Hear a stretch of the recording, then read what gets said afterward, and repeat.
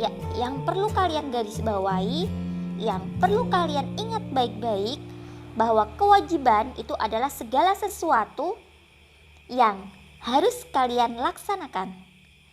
Sedangkan hak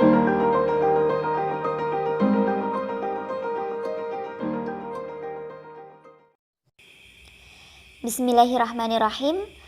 Assalamualaikum adik-adik. Di video kali ini kita akan belajar materi kelas 3, tema 4, kewajiban dan hakku, subtema 1, kewajiban dan hakku di rumah, pembelajaran 5. Tujuan pembelajaran ini sebagai berikut.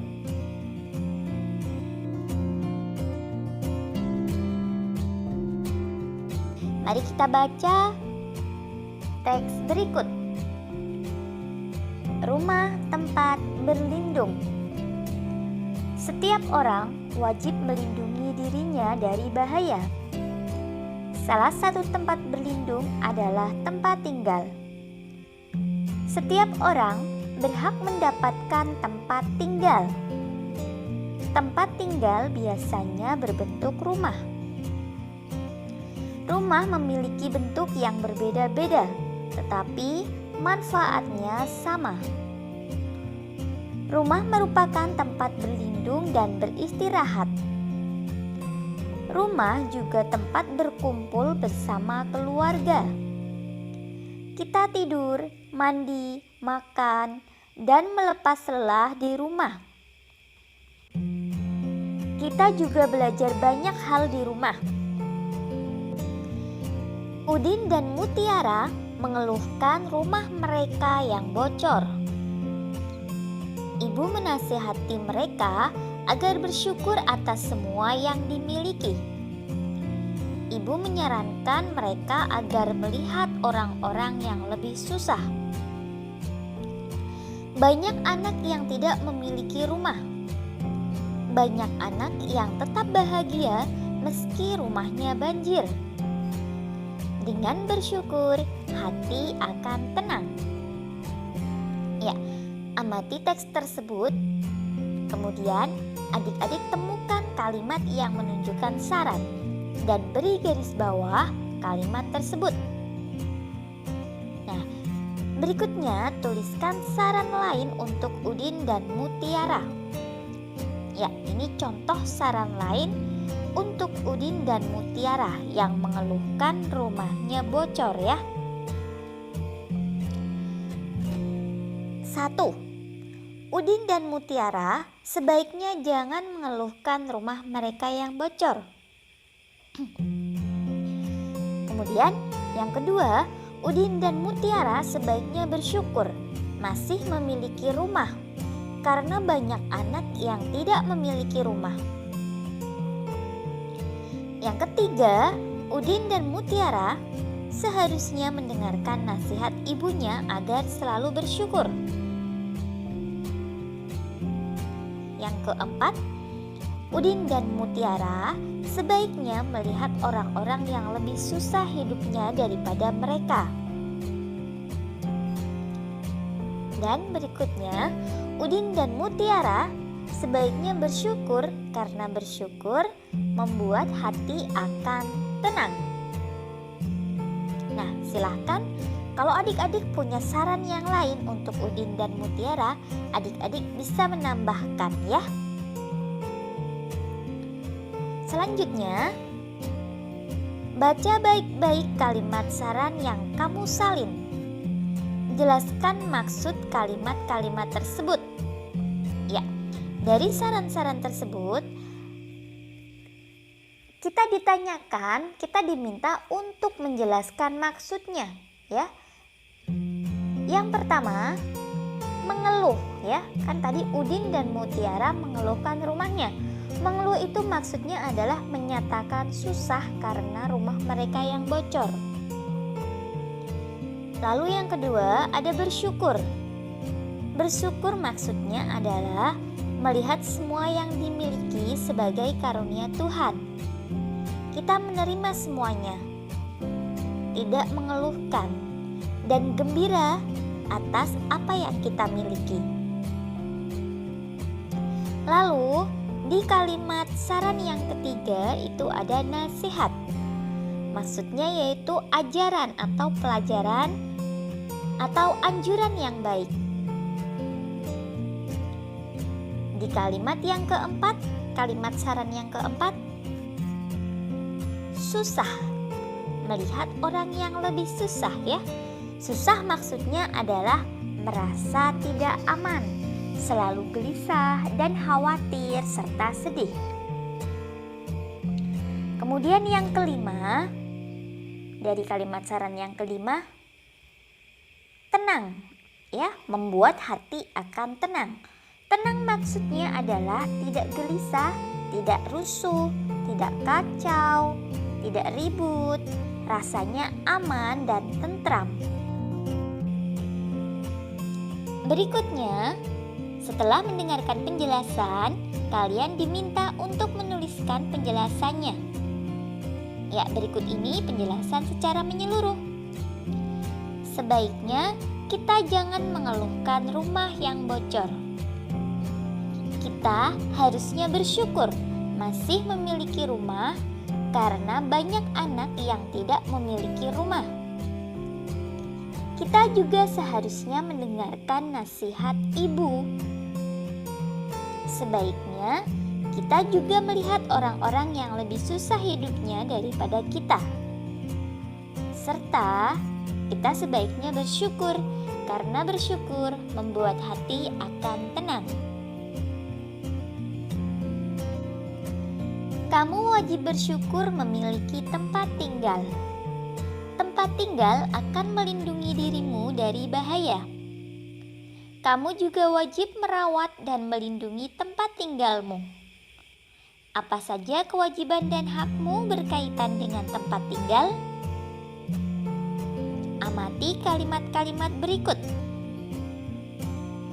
Temukan yang termasuk hak dan kewajiban. Ya, yang termasuk kewajiban di rumah berdasarkan kalimat-kalimat tersebut yaitu 1. Bersyukur karena memiliki tempat tinggal. 2. Menjaga kebersihan dan kerapian rumah. 3. Bicara lembut dan sopan ketika di rumah. 4. Membantu merapikan dan menata rumah. 5. Saling menolong dan memaafkan. 6. Saling mencintai, menjaga, melindungi, dan menghargai.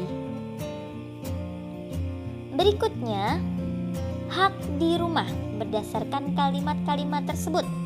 Ya, yang perlu kalian garis bawahi, yang perlu kalian ingat baik-baik bahwa kewajiban itu adalah segala sesuatu yang harus kalian laksanakan. Sedangkan hak adalah segala sesuatu yang harus atau yang dapat kalian terima, kalian peroleh. Hak di rumah. Yang pertama, mendapat tempat tinggal. Kemudian, mendapat rumah yang bersih dan rapi. Yang ketiga, dicintai, dijaga, dilindungi, dan dihargai. Yang keempat, diperlakukan dengan lembut dan sopan. Apakah kamu memiliki kewajiban dan hak lain di rumahmu? Tentu saja ya. Kemudian, kalau iya, tuliskanlah di tempat yang tersedia. Silahkan adik-adik menuliskan di tempat yang tersedia. Kewajiban-kewajiban di rumah antara lain bersyukur karena memiliki rumah, menjaga dan merawat rumah, minta izin jika keluar rumah, memberi salam saat masuk dan keluar rumah, bersih dari sampah sebelum tidur ya. Lalu merapikan ruangan langsung setelah digunakan, langsung cuci alat makan yang digunakan, meletakkan pakaian kotor di tempat yang telah disediakan, merapikan kamar setelah bangun tidur, makan dan syukuri apa yang ada, pakai dan syukuri apa yang ada, dan kemudian saling menolong serta memaafkan. Lalu beberapa hak di rumah antara lain terlindung dari gangguan hewan buas, mendapatkan istirahat yang cukup di rumah, mendapatkan makanan dan minuman yang bersih dan sehat, mendapatkan tempat tinggal yang layak, mendapatkan kasih sayang dari kedua orang tua, merasa aman dan terlindungi dari bencana alam, dapat belajar dan beraktivitas dengan nyaman, dapat tumbuh dan berkembang dengan baik,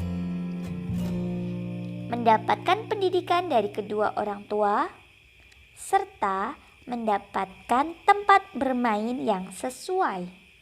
Ya, itu diantaranya hak-hak dan kewajiban kita di rumah.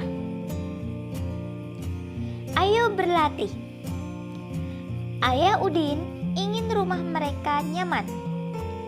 Ia berencana merapikan pagar rumah mereka. Ayah Udin membutuhkan 980 batu bata. Ia memiliki beberapa batu bata di rumah. Ayah membeli kekurangannya di toko bangunan. Berapa batu bata yang mungkin Ayah Udin miliki dan berapa yang harus dibeli? Ya, kalian diminta untuk menentukan kemungkinan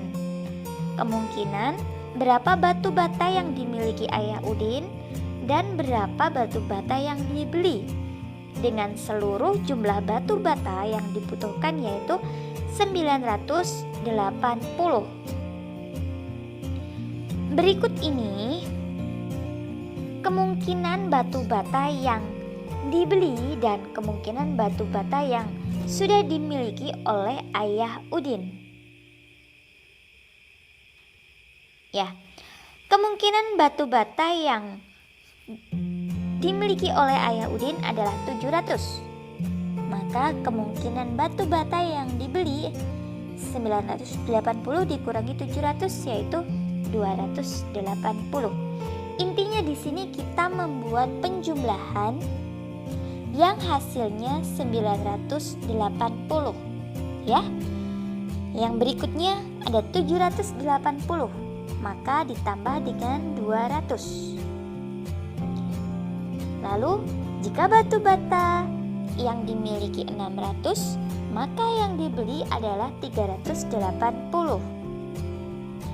Jika batu bata yang dimiliki 650, maka yang dibeli adalah 330.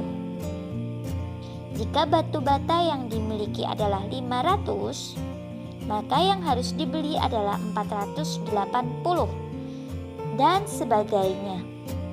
Ya, silakan adik-adik untuk cara-caranya, cara menghitungnya sudah disampaikan pada pembelajaran sebelumnya.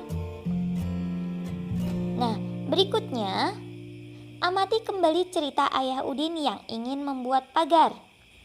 Buatlah cerita seperti itu.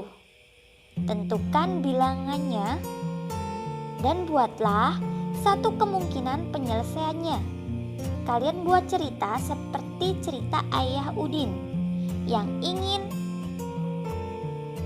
merapikan pagar rumahnya.